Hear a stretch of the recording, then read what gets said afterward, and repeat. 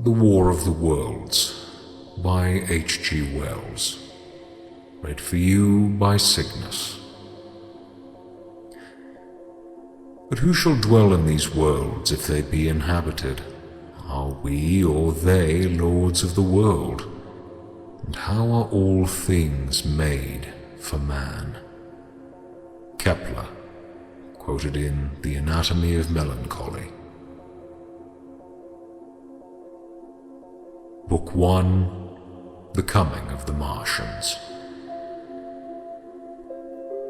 No one would have believed, in the last years of the 19th century, that this world was being watched keenly and closely by intelligences greater than man's, and yet as mortal as his own. That as men busied themselves about their various concerns, they were scrutinized and studied, perhaps almost as narrowly as a man with a microscope might scrutinize the transient creatures that swarm and multiply in a drop of water.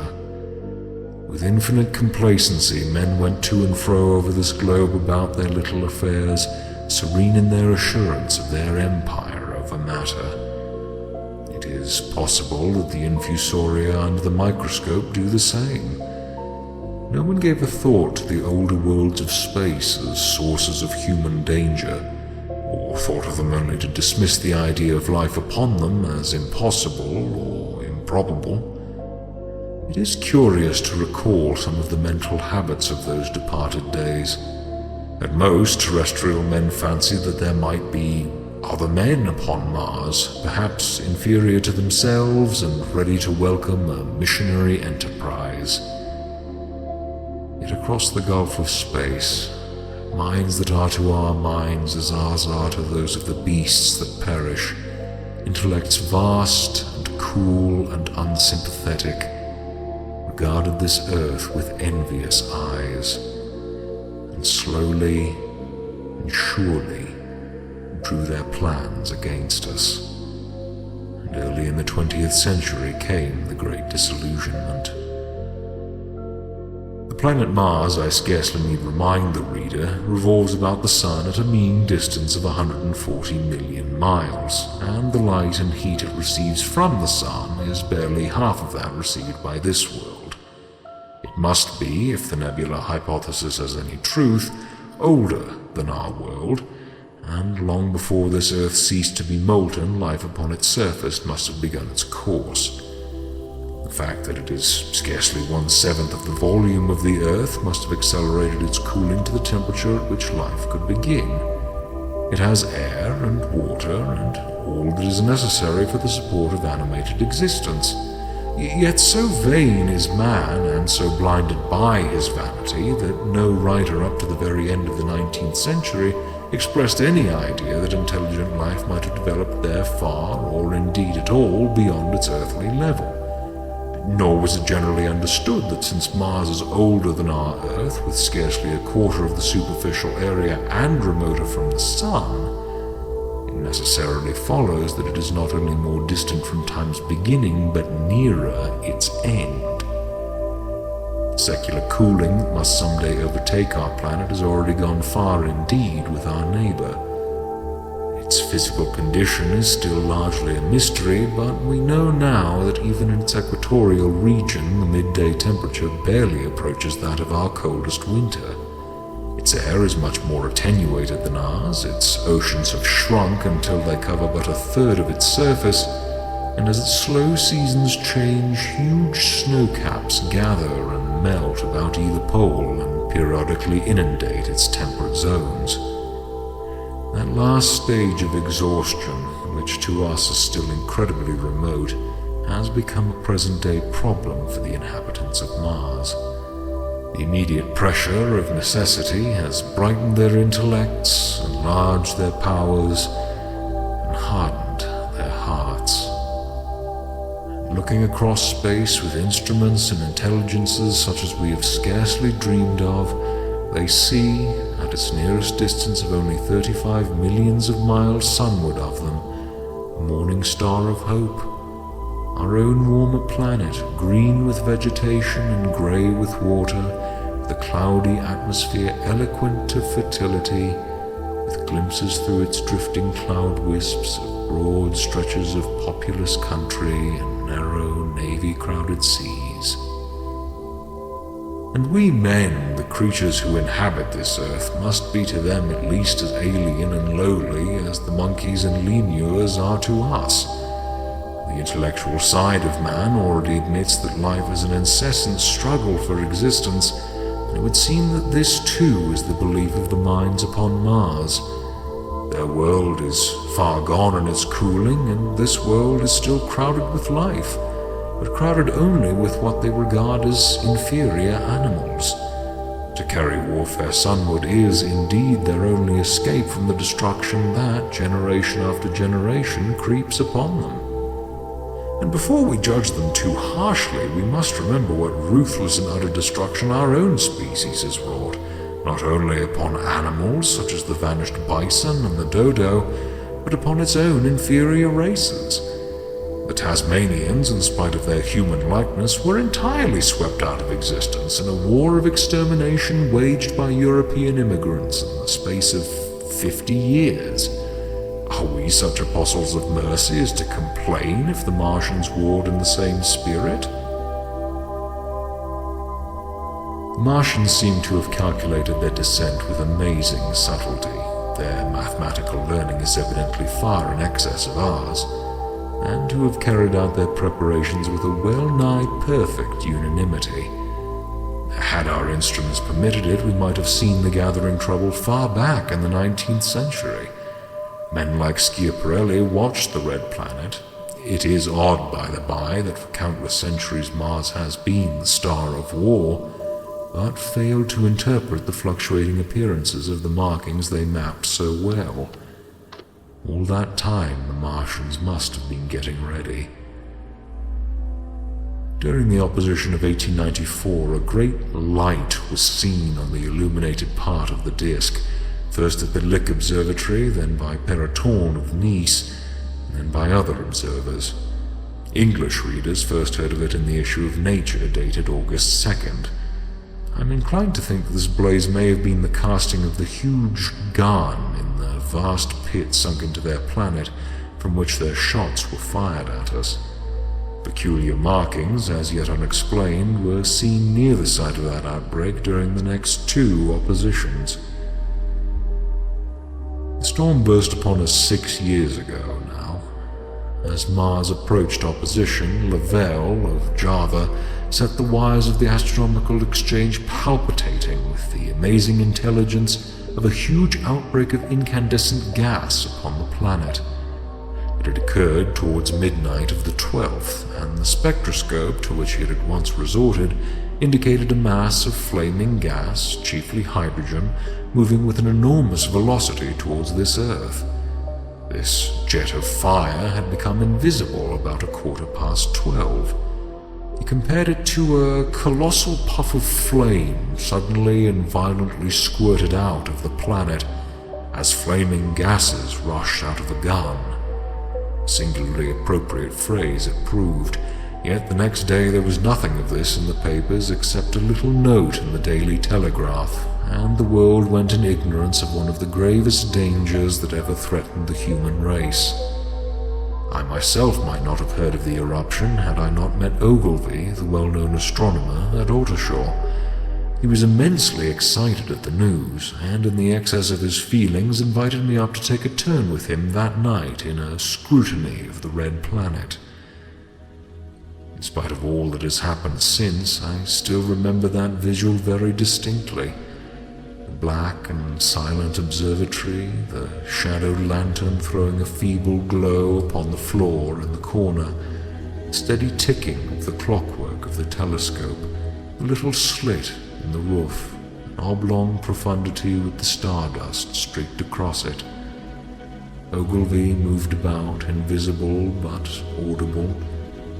Looking through the telescope, one saw a circle of deep blue and the little round planet swimming in the field. It seemed such a little thing, so bright and small and still, faintly marked with transverse stripes and slightly flattened from the perfect round. but so little it was, so silvery warm, a pin's head of light. It was as if it quivered. Really, this was the telescope vibrating with the activity of the clockwork that kept the planet in view. As I watched, the planet seemed to grow larger and smaller, and to advance and recede, but that was simply that my eye was tired. 40 millions of miles it was from us. More than 40 millions of miles of void. Few people realize the immensity of vacancy in which the dust of the material universe swims. Near it in the field, I remember, were 3 faint points of light, 3 telescopic stars infinitely remote, and all around it was the unfathomable darkness of empty space. You know how that blackness looks on a frosty starlight night. In a telescope, it seems far profounder. And invisible to me because it was so remote and small, flying swiftly and steadily towards me across that incredible distance, drawing nearer every minute by so many thousands of miles, came the thing they were sending us. The thing that was to bring so much struggle and calamity and death to the earth. I never dreamed of it then as I watched. No one on earth dreamed of that unerring missile. That night, too, there was another jetting out of gas from the distant planet. I saw it. A reddish flash at the edge, the slightest projection of the outline just as the chronometer struck 12. And at that I told Ogilvy, and he took my place. The night was warm and I was thirsty, and I went stretching my legs clumsily and feeling my way in the darkness to the little table where the siphon stood, while Ogilvy exclaimed at the streamer of gas that came out towards us. That night another invisible missile started on its way to the Earth from Mars, just a second or so under 24 hours after the first.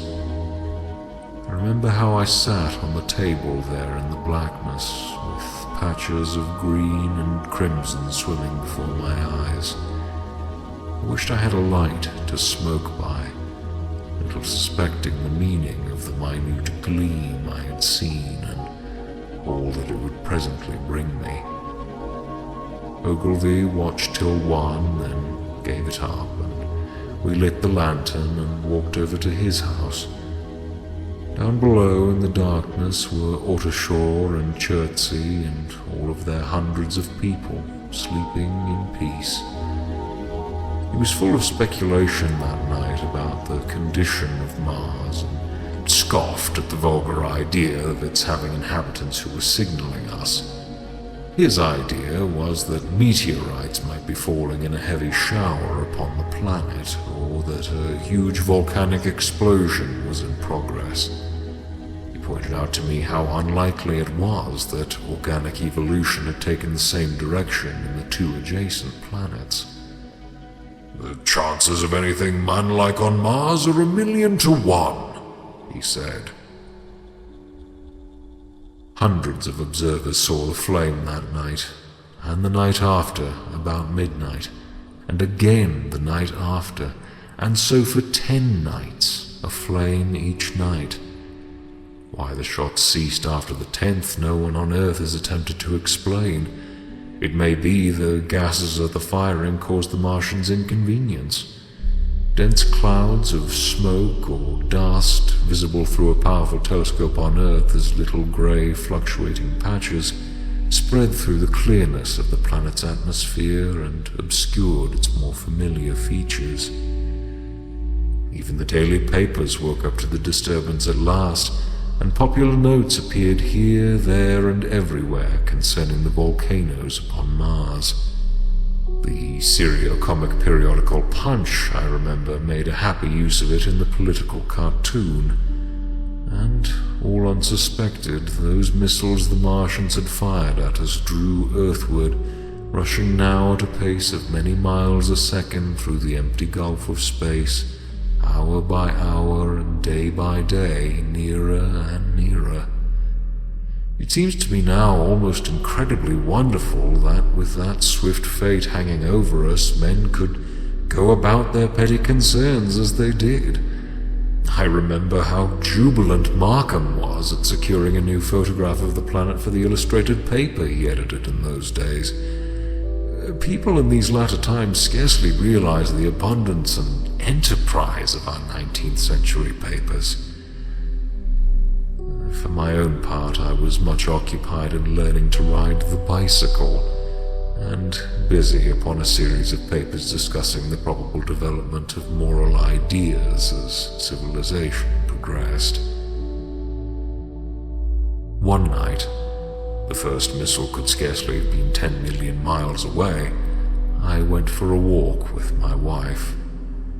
It was starlight, and I explained the signs of the zodiac to her and pointed out Mars, a bright dot of light creeping zenithward, towards which so many telescopes were pointed.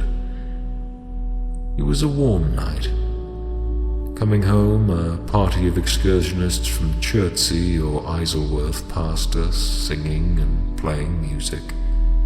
There were lights in the upper windows of the houses as people went to bed. From the railway station in the distance came the sound of shunting trains, ringing and rumbling, softened almost into melody by the distance. My wife pointed out to me the brightness of the red, green, and yellow signal lights hanging in a framework against the sky. It seemed so safe and tranquil. Then came the night of the first falling star. It was seen early in the morning, rushing over Winchester eastward, a line of flame high in the atmosphere. Hundreds must have seen it and taken it for an ordinary falling star. Albin described it as leaving a greenish streak behind it that glowed for some seconds. Denning, our greatest authority on meteorites, stated that the height of his first appearance was about 90 or 100 miles. It seemed to him that it fell to Earth about 100 miles east of him.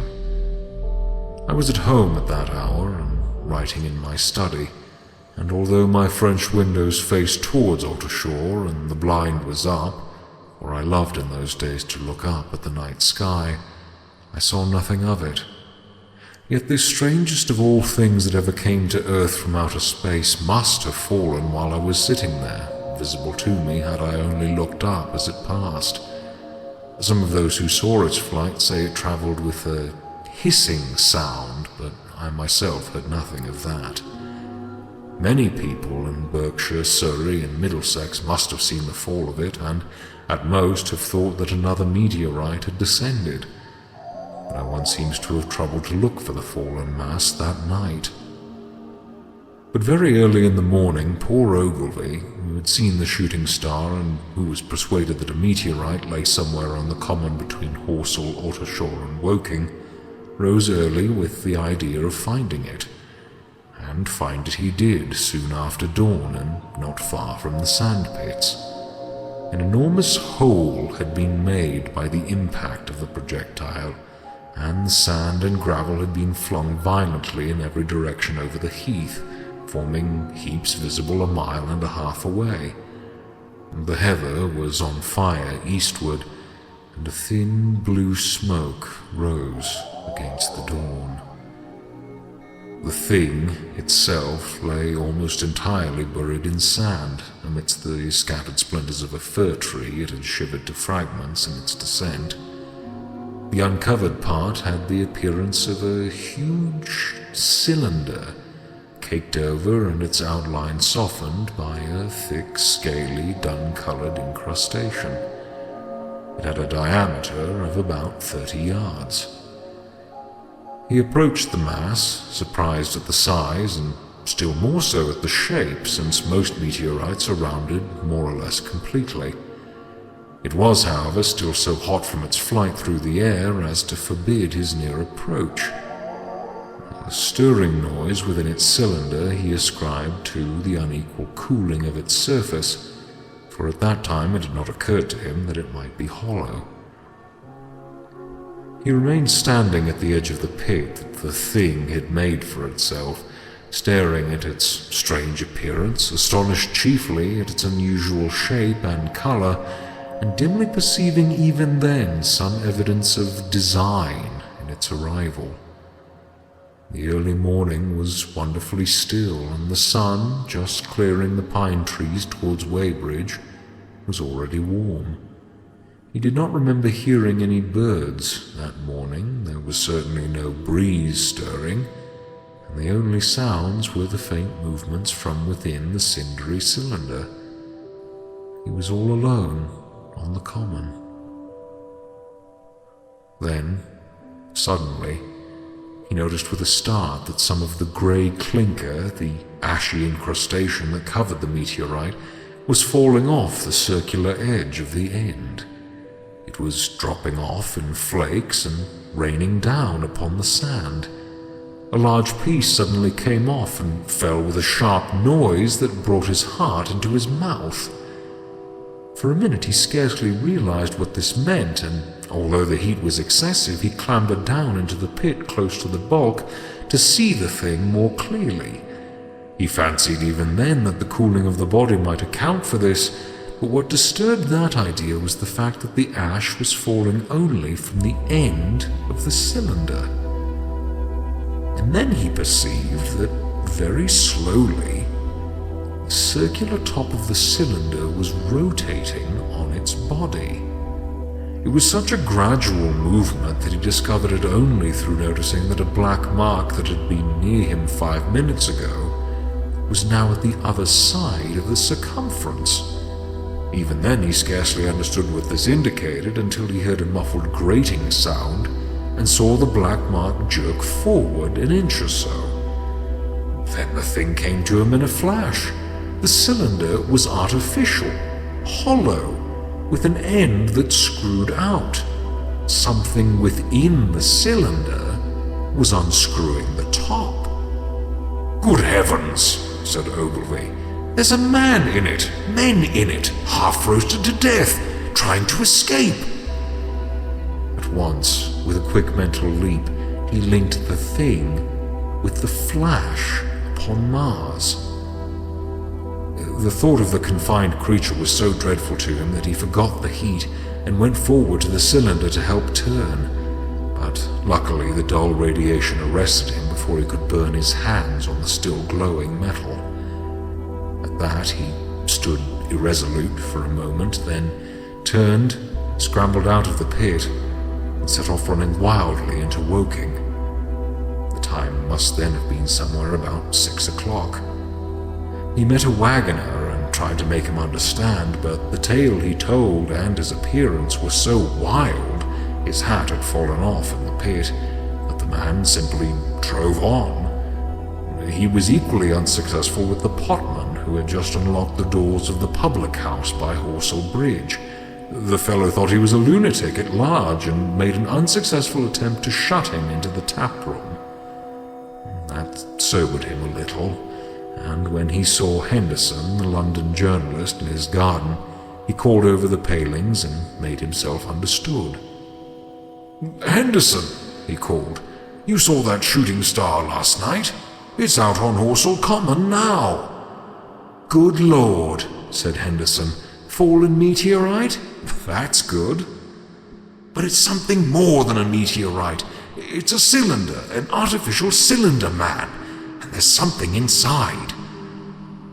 Henderson stood up with his spade in his hand. "What's that?" he said. He was deaf in one ear. Ogilvy told him all that he had seen. Henderson was a minute or so taking it in. Then he dropped his spade, snatched up his jacket, and came out into the road. The two men hurried back at once to the common, and found the cylinder still lying in the same position.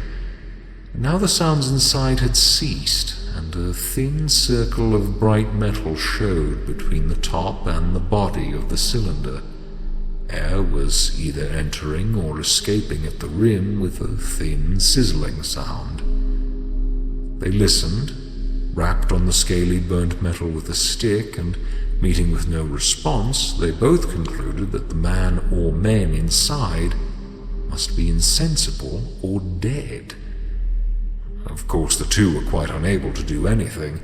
They shouted consolation and promises and went off back to the town again to get help. One can imagine them covered in sand, excited and disordered, running up the little street in the bright sunlight just as the shop folks were taking down their shutters and people were opening their bedroom windows. Henderson went into the railway station at once in order to telegraph the news to London. The newspaper articles had prepared men's minds for the reception of the idea. By 8 o'clock, a number of boys and unemployed men had already started for the common to see the dead men from Mars. That was the form the story took. I heard of it first from my newspaper boy about 8:45 when I went out to get my daily chronicle. I was naturally startled and lost no time in going out and across the Autoshore Bridge to the sandpits. I found a little crowd of perhaps 20 people surrounding the huge hole in which the cylinder lay. I have already described the appearance of that colossal bulk embedded in the ground. The turf and gravel about it seemed charred, as if by a sudden explosion. No doubt its impact had caused a flash of fire. Henderson and Ogilvy were not there. I think they perceived that there was nothing to be done for the present and had gone away to breakfast at Henderson's house. There were 4 or 5 boys sitting on the edge of the pit with their feet dangling and amusing themselves until I stopped them by throwing stones at the giant mass. After I had spoken to them about it, they began playing at touch in and out of the group of bystanders.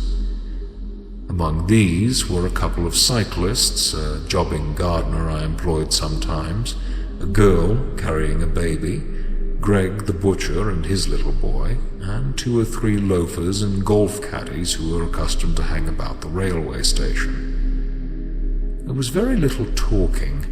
Few of the common people in England had anything but the vaguest astronomical ideas in those days.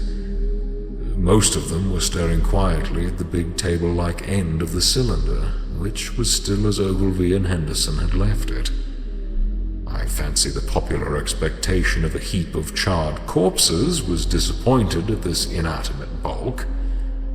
Some went away while I was there, and other people came. I clambered into the pit and fancied I heard a faint movement under my feet.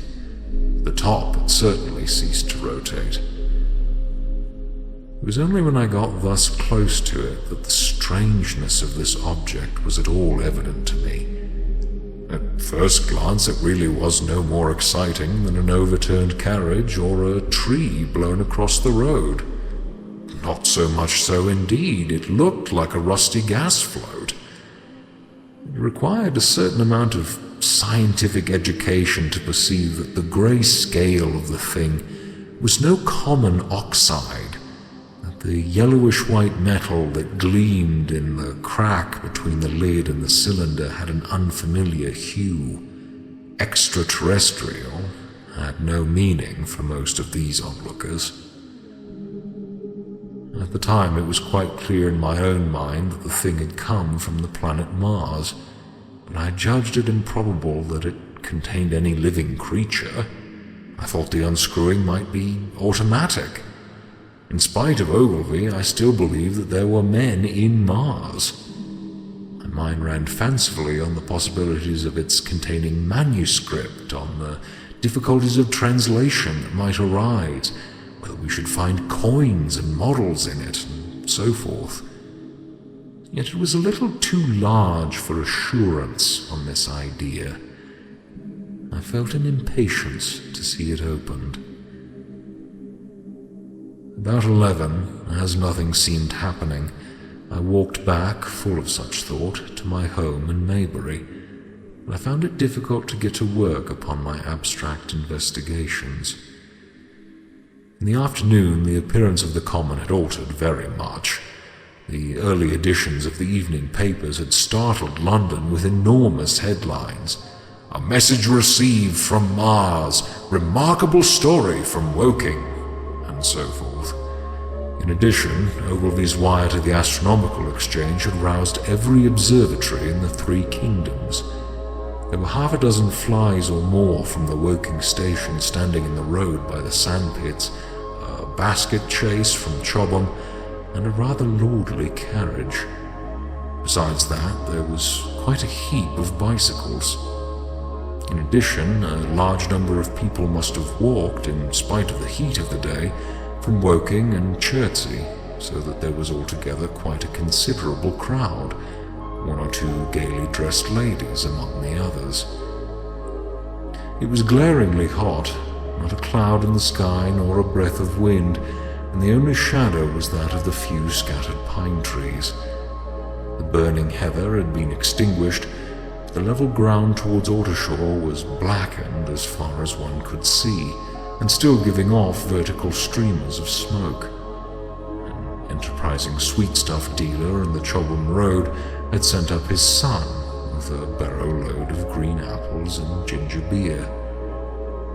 Going to the edge of the pit, I found it occupied by a group of about half a dozen men, Henderson, Ogilvy, and a tall, fair-haired man I afterwards learned was Stent, the Astronomer Royal, with several workmen wielding spades and pickaxes.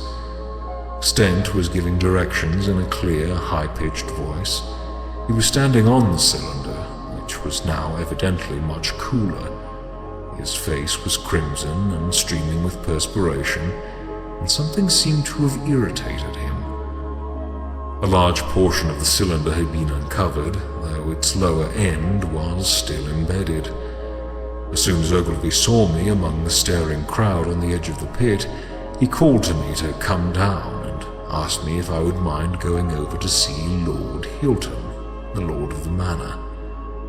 The growing crowd, he said, was becoming a serious impediment to their excavations, especially the boys. They wanted a light railing put up to help keep people back. He told me that a faint stirring was occasionally still audible within the case, but that the workmen had failed to unscrew the top, as it afforded no grip to them. The case appeared to be enormously thick, and it was possible that the faint sounds we heard represented a noisy tumult in the interior. I was very glad to do as he asked, and so become one of the privileged spectators within the contemplated enclosure. I failed to find Lord Hilton at his house, but I was told he was expected from London by the 6 o'clock train from Waterloo, and as it was then about 5:15, I went home, had some tea, and walked up to the station to waylay him. When I returned to the common, the sun was setting. Scattered groups were hurrying from the direction of Woking, and 1 or 2 persons were returning. The crowd about the pit had increased and stood out black against the lemon yellow of the sky. A couple of 100 people, perhaps. There were raised voices, and some sort of struggle appeared to be going on about the pit. Strange imaginings passed through my mind. As I drew nearer, I heard Stent's voice. "Keep back! Keep back!" A boy came running towards me. "It's a-moving," he said to me as he passed. "A screwing and a screwing out. I don't like it. I'm a-going home, I am." I went on to the crowd. There were really, I should think, 200 or 300 people elbowing and jostling one another, 1 or 2 ladies there being by no means the least active. "He's fallen in the pit!" cried someone. "Keep back!" said several. The crowd swayed a little, and I elbowed my way through. Everyone seemed greatly excited. I heard a peculiar humming sound from the pit. "I say," said Ogilvy, "help keep these idiots back. We don't know what's in the confounded thing, you know." I saw a young man, a shop assistant in Woking, I believe he was, standing on the cylinder and trying to scramble out of the hole again. The crowd had pushed him in. The end of the cylinder was being screwed out from within. Nearly 2 feet of shining screw projected. Somebody blundered against me, and I narrowly missed being pitched on top of the screw. I turned, and as I did so, the screw must have come out, for the lid of the cylinder fell upon the gravel with a ringing concussion. I stuck my elbow into the person behind me and turned my head towards the thing again. For a moment, that circular cavity seemed perfectly black. I had the sunset in my eyes. I think everyone expected to see a man emerge. Possibly something a little unlike us terrestrial men, but in all essentials a man. I know I did. But looking, I presently saw something stirring within the shadow. Greyish, billowy movements, one above another, and then 2 luminous discs like eyes, and something resembling a little grey snake, about the thickness of a walking stick, coiled up out of the writhing middle, and wriggled in the air towards me. And then another, and then another. A sudden chill came over me. There was a loud shriek from a woman behind. I half turned, keeping my eyes fixed upon the cylinder still, from which other tentacles were now projecting, and began pushing my way back from the edge of the pit. I saw astonishment giving place to horror on the faces of the people around me, heard inarticulate exclamations on all sides. There was a general movement backward. I saw the shopman struggling still on the edge of the pit. I found myself alone and saw the people on the other side of the pit running off, Stent among them. I looked again at the cylinder, and ungovernable terror gripped me. I stood petrified and staring. A big, greyish, rounded bulk, the size perhaps of a bear, was rising slowly and painfully out of the cylinder. As it bulged up and caught the light, it glistened like wet leather. 2 large, dark-colored eyes were regarding me steadfastly. The mass that framed them, the head of the thing, was rounded and had, one might say, a face. There was a mouth under the eyes, the lipless brim of which quivered and panted and dropped saliva. The whole creature heaved and pulsated convulsively. A lank tentacular appendage gripped the edge of the cylinder. Another swayed in the air. Those who have never seen a living Martian can scarcely imagine the strange horror of its appearance.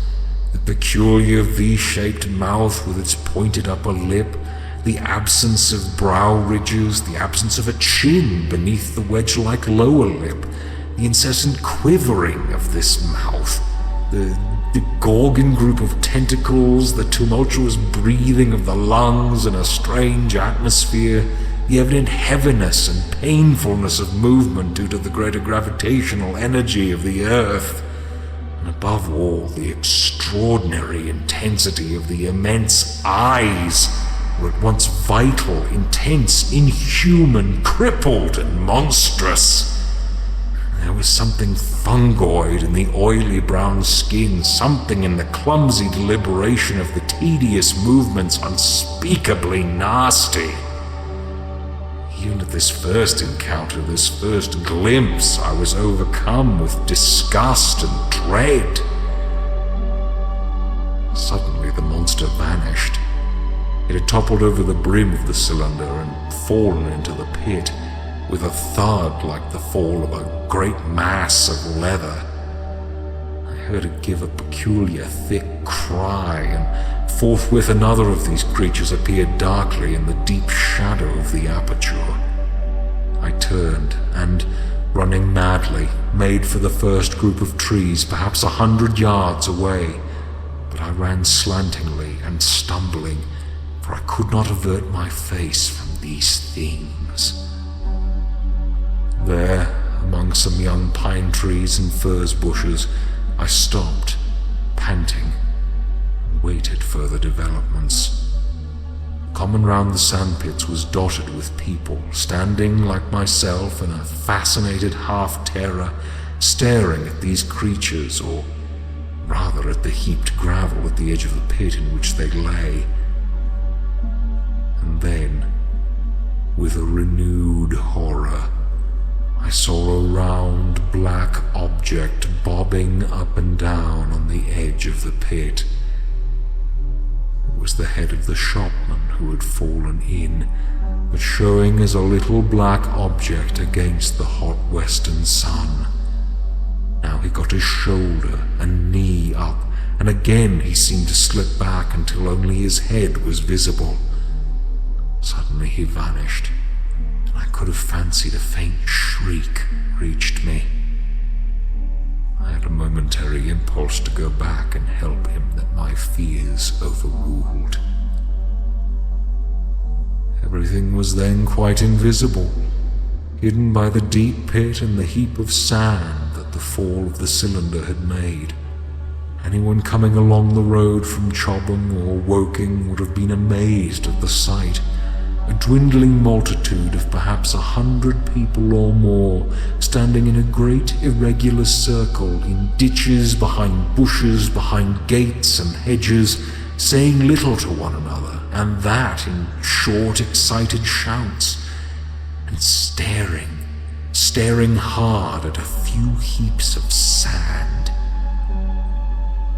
The barrow of ginger beer stood, a queer derelict, black against the burning sky, and in the sand pits was a row of deserted vehicles with their horses feeding out of nose bags or pawing the ground. After the glimpse I had had of the Martians emerging from the cylinder in which they had come to the Earth from their planet, a kind of fascination paralyzed my actions. I remained standing, knee-deep in the heather, staring at the mound that hid them. It was a battleground of fear and curiosity. I did not dare go back to the pit, but I felt a passionate longing to peer into it. I began walking, therefore, in a big curve, seeking some point of vantage and continually looking at the sand heaps that hid these newcomers to our Earth. Once a leash of thin black whips, like the arms of an octopus, flashed across the sunset and was immediately withdrawn, and afterwards a thin rod rose up, joint by joint, bearing at its apex a circular disc that spun with a wobbling motion. What could be going on there?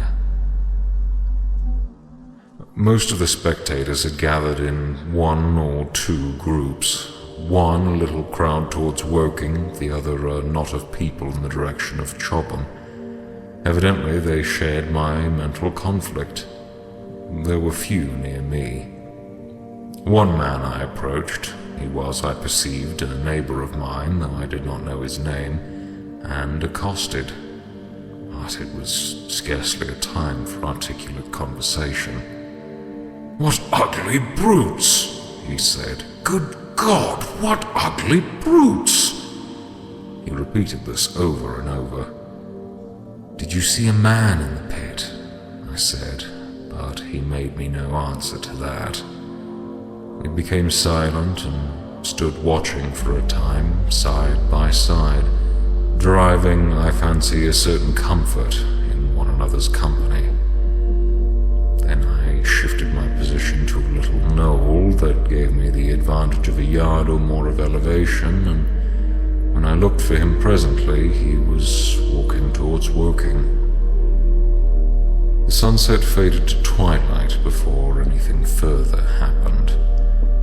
The crowd far away on the left towards Woking seemed to grow, and I heard now a faint murmur from it. A little knot of people towards Chobham dispersed. There was scarcely an intimation of movement from the pit. It was this as much as anything that gave people courage, and I suppose the new arrivals from Woking helped to restore confidence.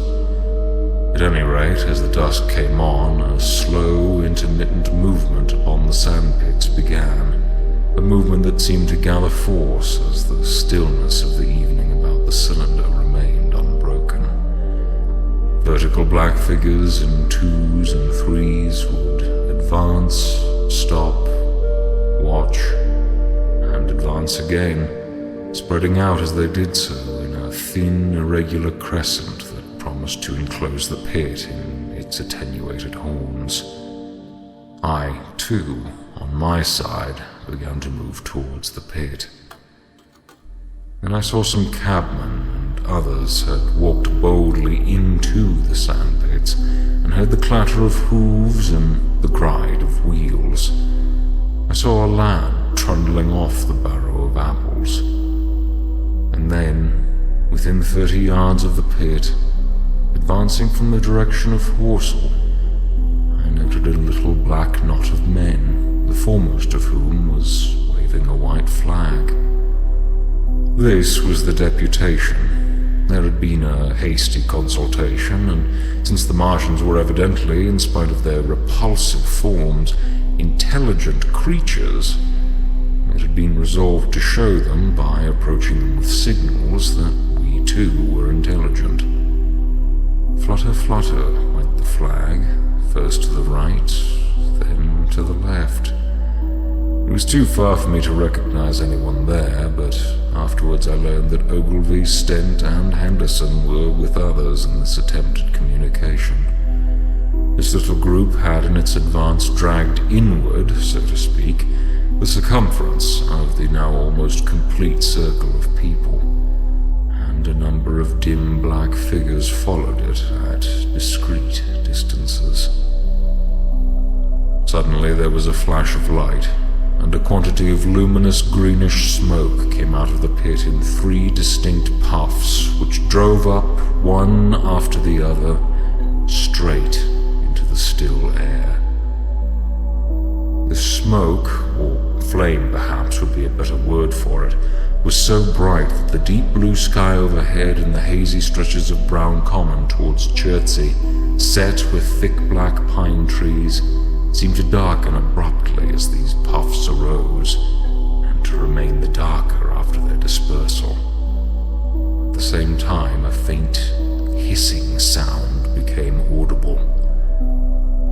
Beyond the pit stood the little wedge of people, with the white flag at its apex, arrested by these phenomena, a little knot of small vertical black shapes upon the black ground. As the green smoke arose, their faces flashed out pallid green and faded again as it vanished.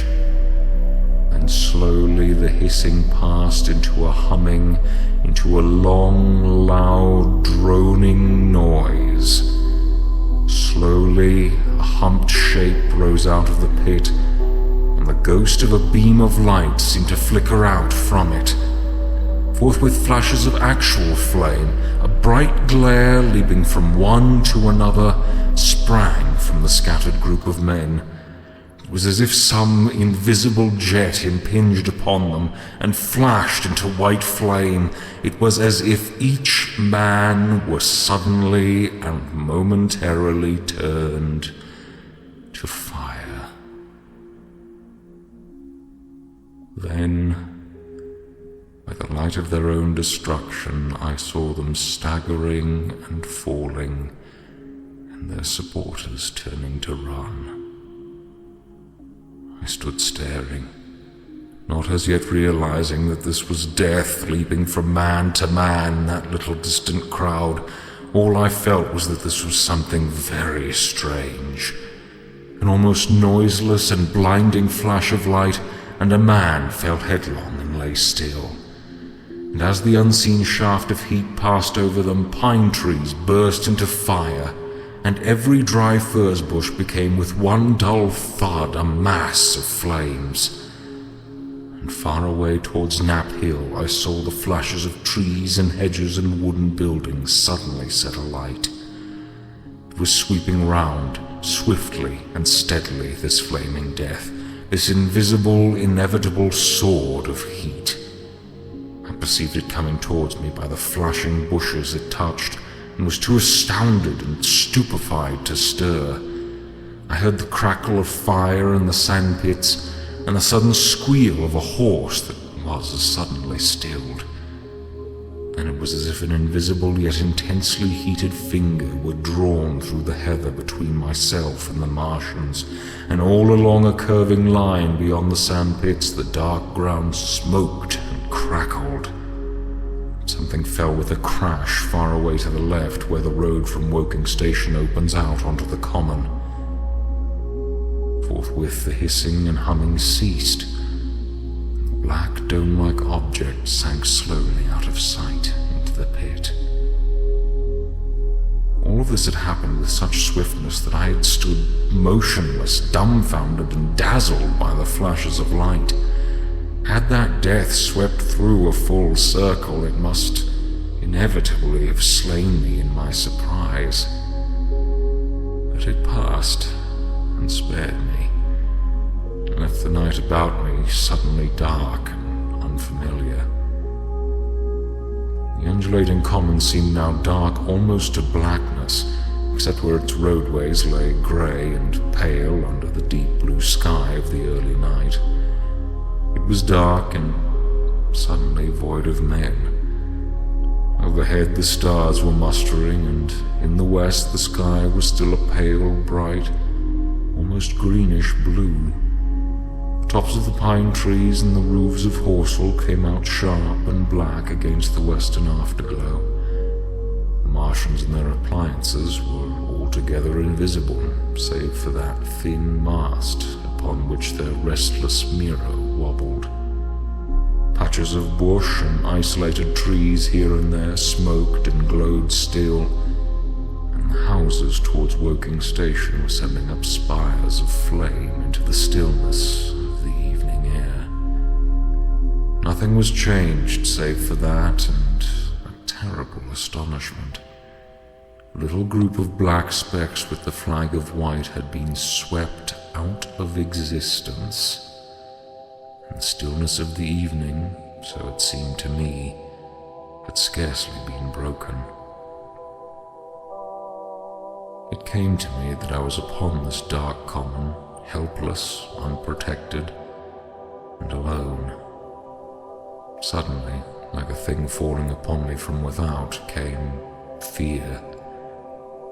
With an effort I turned and began a stumbling run through the heather.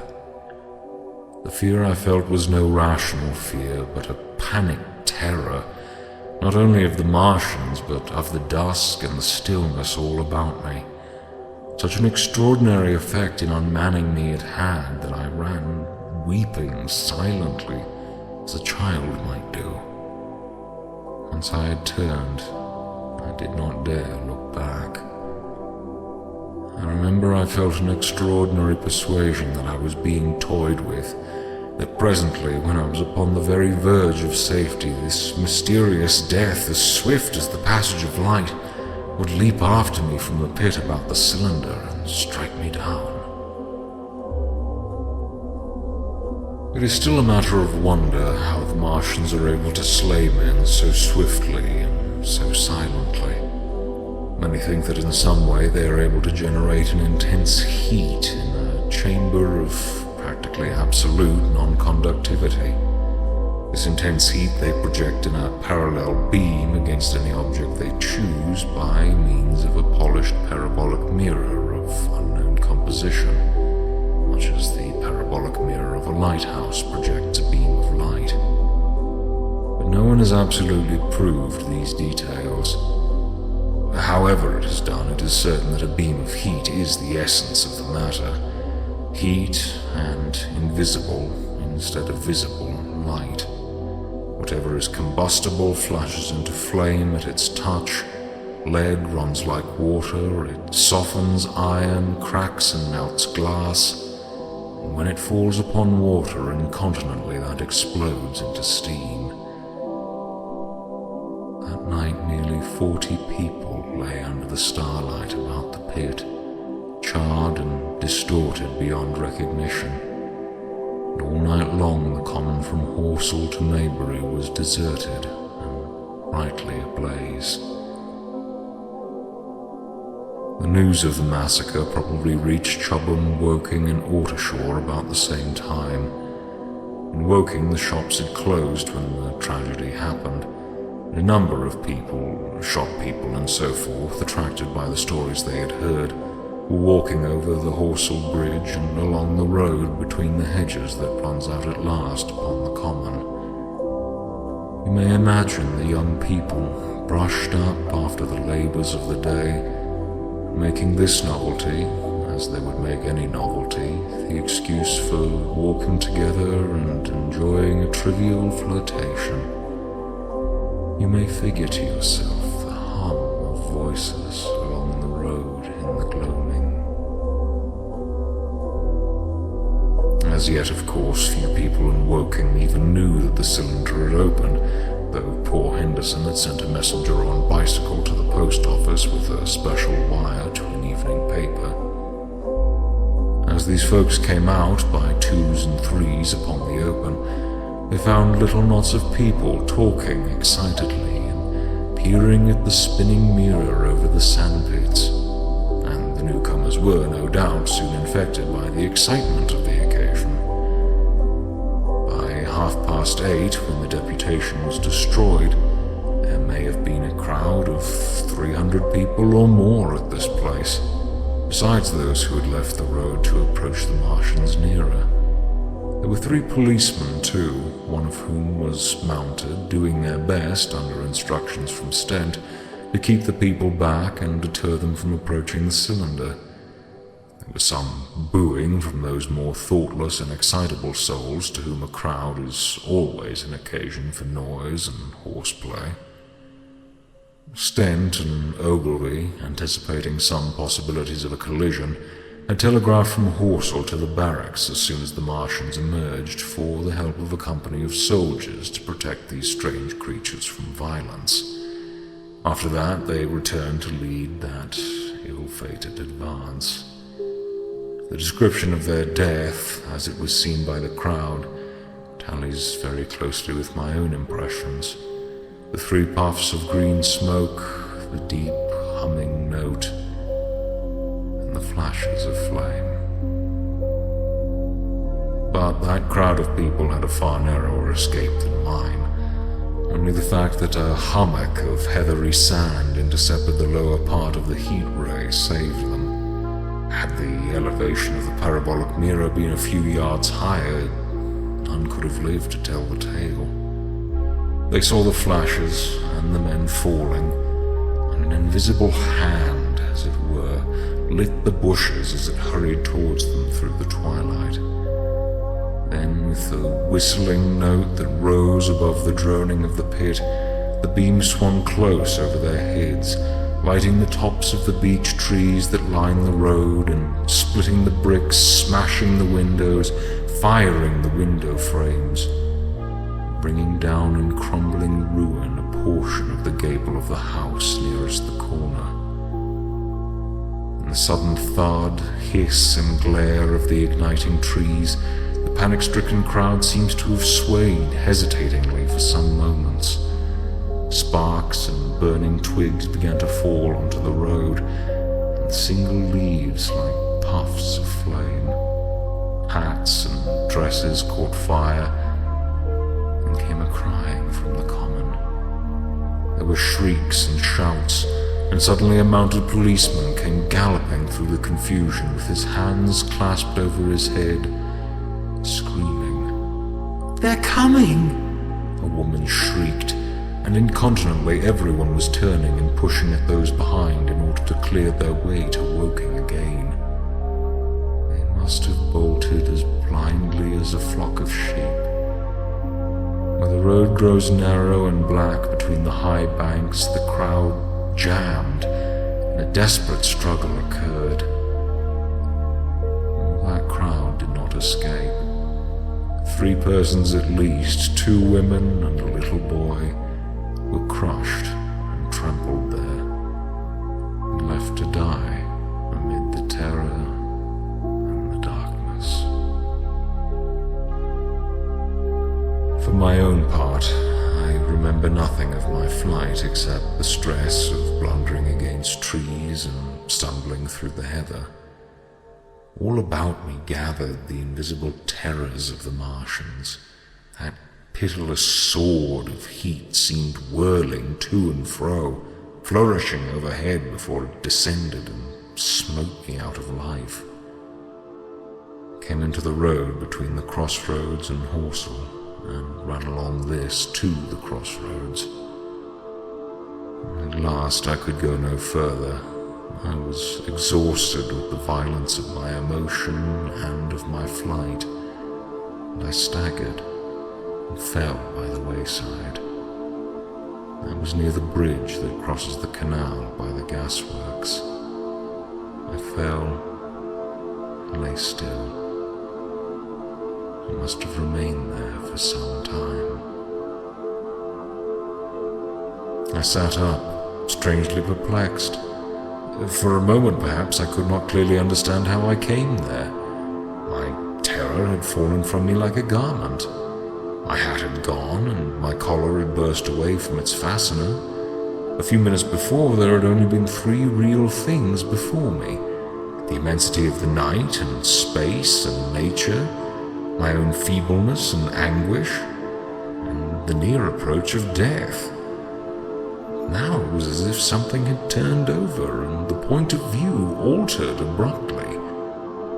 There was no sensible transition from one state of mind to the other. I was immediately the self of every day again, a decent, ordinary citizen.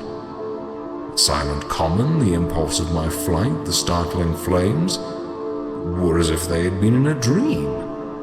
I asked myself, had these latter things indeed happened?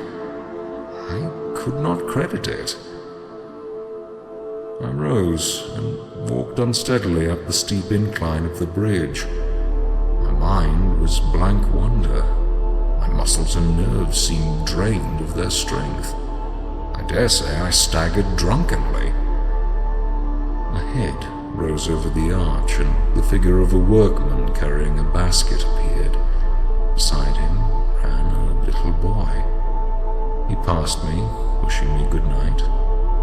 I was minded to speak to him, but did not. I answered his greeting with a meaningless mumble and went on over the bridge.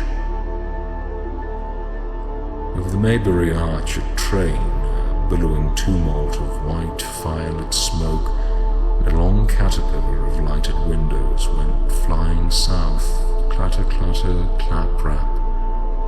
It had gone. A dim group of people talked in the gate of one of the houses in a pretty little row of gables that was called Oriental Terrace.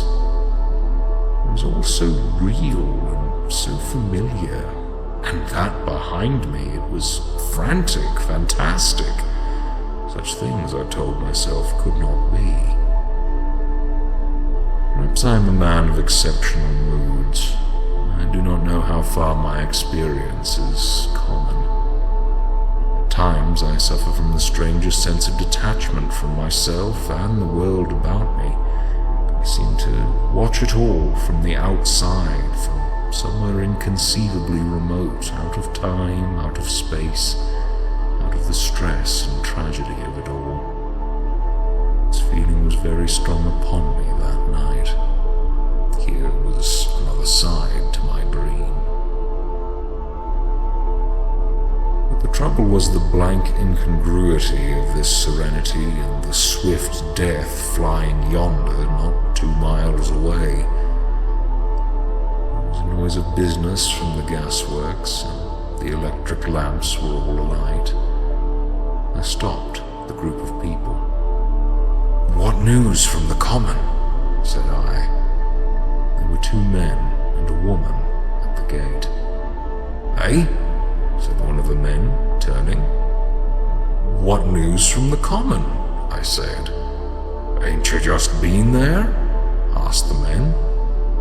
"People seem fair silly about the common," said the woman over the gate. "What's it all about?"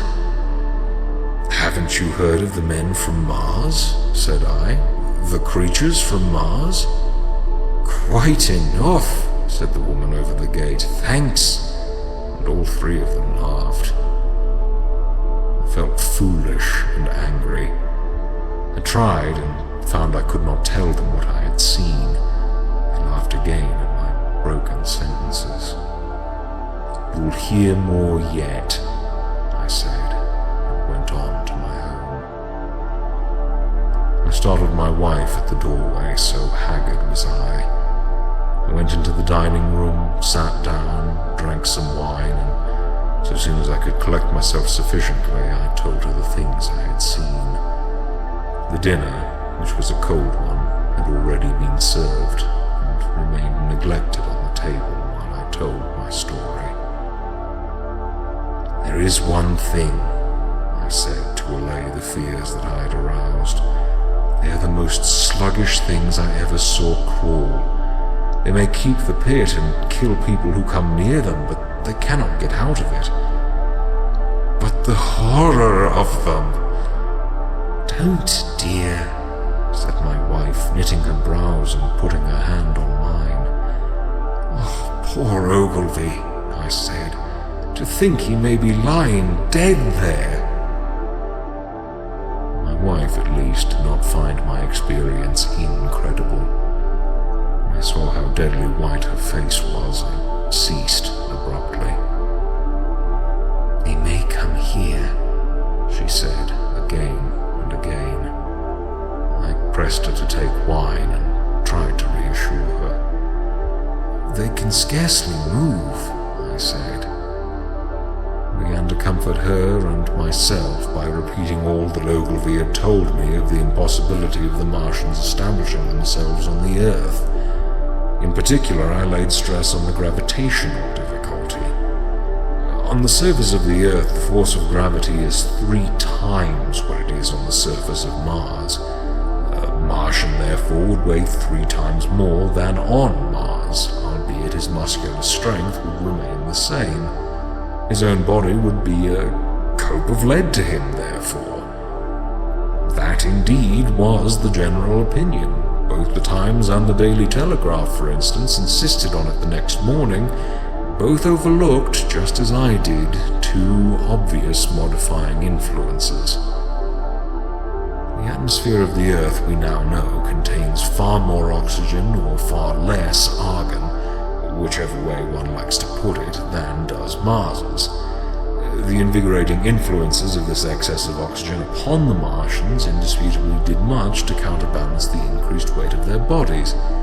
And in the second place, we all overlooked the fact that such mechanical intelligence as the Martians possessed was quite able to dispense with muscular exertion at a pinch.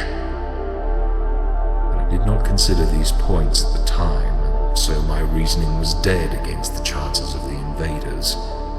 With wine and food, the confidence of my own table, and the necessity of reassuring my wife, I grew by insensible degrees courageous and secure. "They have done a foolish thing," I said, fingering my wine glass. "They are dangerous because, no doubt, they are mad with terror. Perhaps they expected to find no living things, certainly no intelligent living things. A shell in the pit," said I. "If the worst comes to the worst, we'll kill them all." The intense excitement of the events had no doubt left my perceptive powers in a state of erethism. I remember that dinner table with extraordinary vividness even now.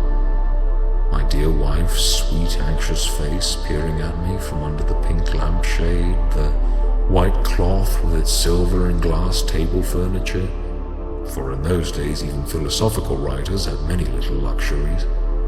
The crimson purple wine in my glass, photographically distinct. At the end of it I sat, tempering nuts with a cigarette, regretting Ogilvy's rashness and denouncing the short-sighted timidity of the Martians. So some respectable dodo in the Mauritius might have lorded it in his nest and discussed the arrival of that ship full of pitiless sailors in want of animal food. "We will peck them to death tomorrow, my dear." I did not know it, but that was the last civilized dinner I was to eat for very many strange and terrible days. The most extraordinary thing to my mind of all the strange and wonderful things that happened upon that Friday was the dovetailing of the commonplace habits of our social order with the first beginnings of the series of events that was to topple that social order headlong. If on Friday night you had taken a pair of compasses and drawn a circle with a radius of about 5 miles round the Woking sandpit, I doubt if you would have had one human being outside it, unless it was some relation of Stent or of the 3 or 4 cyclists or London people lying dead on the common, whose emotions or habits were at all affected by the newcomers. Many people had heard of the cylinder, of course, and talked about it in their leisure, but it certainly did not make the sensation that an ultimatum to Germany would have done. In London that night, poor Henderson's telegram describing the gradual unscrewing of the shot was judged to be a canard, and his evening paper, after wiring for authentication from him and receiving no reply, "The man was killed," decided not to print a special edition. Even within the 5-mile circle, the great majority of people were inert. I have already described the behavior of the men and women to whom I spoke. All over the district, people were dining and supping. Working men were gardening after the labors of the day. Children were being put to bed. Young people were wandering through the lanes, love-making. Students sat over their books. Maybe there was a murmur in the village streets, a novel and dominant topic in the public houses, and here and there a messenger or even an eyewitness of the later occurrences caused a whirl of excitement, a shouting and a running to and fro. But for the most part, the daily routine of working, eating, drinking, sleeping went on as it had done for countless years, as though no planet Mars existed in the sky. Even at Woking Station and Horsell and Chobham that was the case. In Woking Junction, until a late hour, trains were stopping and going on, others were shunting on the sidings, passengers were alighting and waiting, and everything was proceeding in the most ordinary way. A boy from the town, trenching on Smith's Monopoly, was selling papers with the afternoon's news. The ringing impact of trucks, the sharp whistle of the engines from the junction, mingled with his shouts of "Men from Mars!" Excited men came into the station about 9 o'clock with incredible tidings, and caused no more disturbance than drunkards might have done. People rattling Londonwards peered into the darkness outside the carriage windows and saw only a rare, flickering, vanishing spark dance up from the direction of Horsell, a red glow and a thin veil of smoke driving across the stars, and thought nothing more serious than a heath fire was happening. It was only round the edge of the common that any disturbance was perceptible. There were 6 villas burning on the Woking border. There were lights in all the houses on the common side of the 3 villages. The people there kept awake till dawn. A curious crowd lingered restlessly, people coming and going, but the crowd remaining, both on the Chobham and Horsell bridges. 1 or 2 adventurous souls, it was afterwards found, went into the darkness and crawled quite near the Martians, but they never returned, for now and again a light ray, like the beam of a warship's searchlight, swept the common, and the heat ray was ready to follow. Save for such, that big area of common was silent and desolate, and the charred bodies lay about on it all night under the stars and all the next day. The noise of hammering from the pit was heard by many people. So you have the state of things on Friday night. In the center, sticking into the skin of our old planet Earth like a poison dart, was this cylinder. But the poison was scarcely working yet. Around it was a patch of silent common, smouldering in places, and with a few dark, dimly seen objects lying in contorted attitudes here and there. Here and there was a burning bush or tree. Beyond was a fringe of excitement, and further than that fringe the inflammation had not crept as yet. In the rest of the world the stream of life still flowed as it had flowed for immemorial years. The fever of war that would presently clog every vein and artery, deaden nerve and destroy brain, had still to develop. All night long the Martians were hammering and stirring, sleepless, indefatigable, at work upon the machines they were making ready. Ever and again a puff of greenish-white smoke whirled up to the starlit sky. About 11, a company of soldiers came through Horsell and deployed along the edge of the common to form a cordon. Later, a second company marched through Chobham to deploy on the north side of the common. Several officers from the Inkerman barracks had been on the common earlier in the day, and one, Major Eden, was reported to be missing. The colonel of the regiment came to the Chobham Bridge and was busy questioning the crowd at midnight.